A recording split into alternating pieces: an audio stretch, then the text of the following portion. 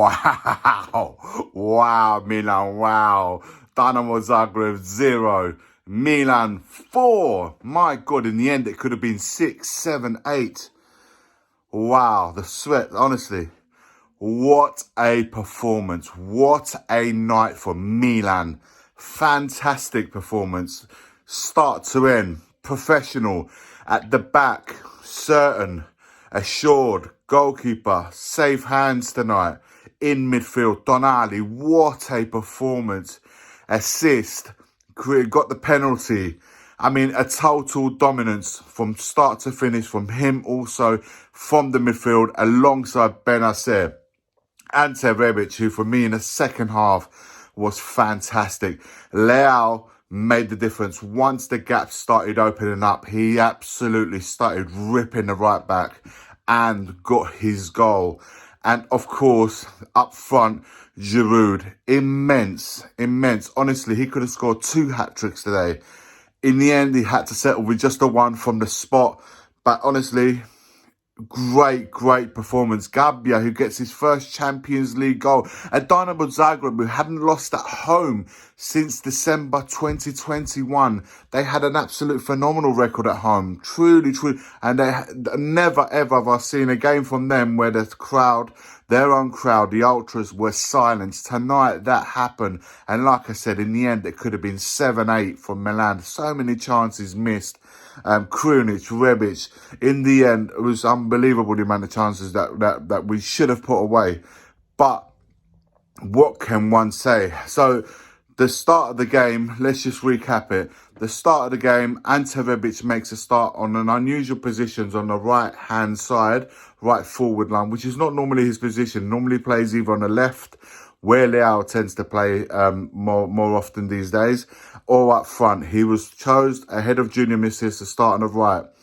Big call to be putting Gabbia at centre-back with Kia, who's also come back from a long injury. Kalulu at right-back, and we had Teo Hernandez, captain tonight, playing on the left with Tonali, Benacer in midfield. We have CDK. I think, here we go. I just want to spend a minute on CDK. It's Charles de Ketelaere. The boy clearly has talent. He has the absolute faith of the manager, Paolo Maldini, who got him in. And they clearly see him day in, day out in training every day. The talent is clearly there. At the moment, I think the boy is within his own shell. He's struggling to show that side, that character side, that strong side, to really get going. I think this one's a really, it's going to be a really slow burner. And I think that is the only disappointing note. 51 minutes on the pitch. He had one, I remember one particular opportunity where he attacked on the left. He could have put the ball across with it, and it would have given him an assist. I think it was quite an easy ball to put across to set up the striker, who could have put it away. I think Teo Hernandez and Giroud both were waiting for that ball square. He didn't get that in. He took the shot on, which was blocked.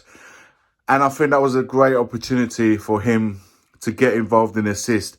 He's 14, 15 games, 0 assists, 0 goals. His last 14, of course, he's not played all of them with Milan, but 14, 15 games, he needs to do a little bit more. I really look forward to the day where this player absolutely comes out of his shell and really starts performing for Milan, dominating in that number 10 role. For me right now, Brahim Diaz is still the better option of the two in this particular moment. Brahim Diaz was on the bench, was rested because on Sunday against Monza, having scored 2 goals, he came off with a little muscle problem. I think it was in the glute. There was an issue there. So he was on the bench. Should we have needed him, we could have turned to him. He was ready to go. But Pioli, given the game, how it went and how we nipped it in the bud straight away, getting the 3 points, he decided to leave him out, giving him a full week this week and getting him ready for the game away to Torino over the weekend. So he was Pioli, fantastic. Tactically changed it in the second half. We got our noses in front, got the second goal quite early on, and then put Krunic in the middle of the 3 in place of CDK, de Ketelaere. And that shored up the midfield, completely and utterly bossed that midfield. Krunic gave us a lot of energy, a lot of impotence in the middle of the park. So that solidifies the middle, allowing the two wide players to really get at them in the wide areas. Of course, Giroud linking it up together. The defence, Kalulu and Hernandez handled any threats coming in the wide areas. And in the middle, we was absolutely solid. Very attentive. It wasn't extraordinary as in they had to do a lot of interventions. But they were very attentive. Very, very attentive in their threats. Satoru Sano had a few saves to make, but nothing out of the ordinary for me. It was a solid performance also for him. A special mentions, I will say, to the referee. Forgive me, I can't remember his name right in this moment. But he let a lot of the football flow. It wasn't very... I don't remember too many times where he had to whistle to stop the game, start the game. He didn't do it. He wasn't one that wanted to be a protagonist. The same referee that we had at home against Chelsea, where he certainly wanted to be the protagonist from 20 minutes onwards. He wanted the game to be about him. This referee was not about him. He let the game go. He let the game flow, allowed the contacts, allowed the tackles, and it made it to be a much, much better game for it. This referee right here has to be the example moving forward to how to ref games. Well done to him. And hopefully for the World Cup in Qatar, he gets to referee the final. I'm really sorry, I can't remember his name right now. I wrote it down, I remembered, I read it, and I just completely gone into mind blank regarding his name. But well done to that referee there. Guys, brilliant performance for Milan. Fantastic result. And as always, Forza Milan. Now we just have to get, I think if we get a draw or win against RB Salzburg at home at AC Milan, in Milan, so at the stand 0, we qualify to the next round, the second place behind Chelsea, who, by the way, beat RB Salzburg, which for me, they've cemented first place. I think they just need a point. After which, we got to do our own. We do that at home, get a point, a minimum of a point, we've qualified to the next round.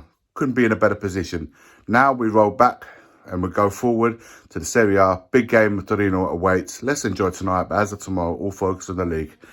Again, big up Milan, big up Rossoneri, and as always, Forza Milan.